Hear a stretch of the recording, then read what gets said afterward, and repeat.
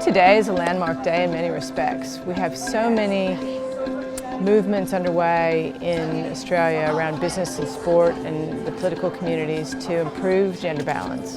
And today brings it all together and puts it on a global stage and puts it in the context of the UN's agenda, and I think puts it in the context of the business case for change. Well, I think the first thing is getting together and doing things as a team is far more powerful than a bunch of individuals doing things separately.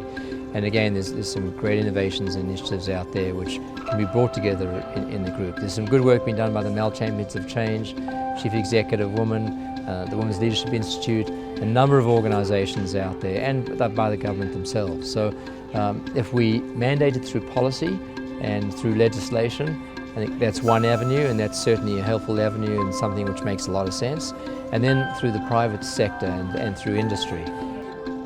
Just the fact that the Secretary General has come to the conclusion that focusing on women and women's economic empowerment is actually the nexus to seeing all the Sustainable Development Goals being achieved.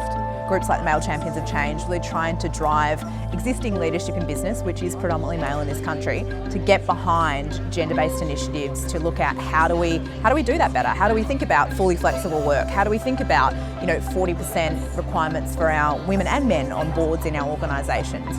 What is creating an organisation that has that level of gender parity look like? Because we know it drives the business outcomes. We know the business case, so to speak, but how do we make sure we're delivering on it?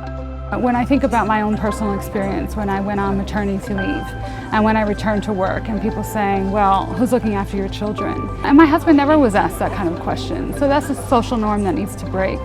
Another social norm is the pressure that we put on men, the judgment that we put across them when they decide to stay at home, that perhaps they're not providing enough.